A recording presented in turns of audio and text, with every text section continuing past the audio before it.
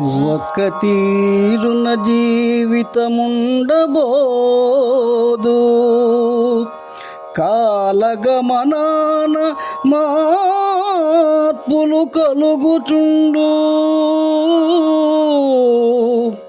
మార్పులను బట్టి మసలుకో నేర్పుతోడా, మరచిపోబోకుమెప్పుడు నా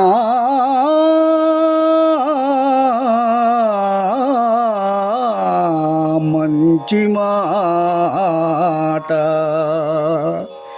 మిత్రులారా, కాల పరిస్థితులు ఎప్పుడూ ఒకేలా ఉండవు.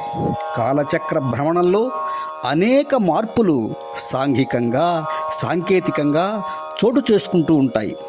ఆ మార్పులకు అనుగుణంగా ఆయా కాలాల్ని బట్టి మనిషి జీవితాన్ని సర్దుకొని అనుభవించటం నేర్చుకోవాలి.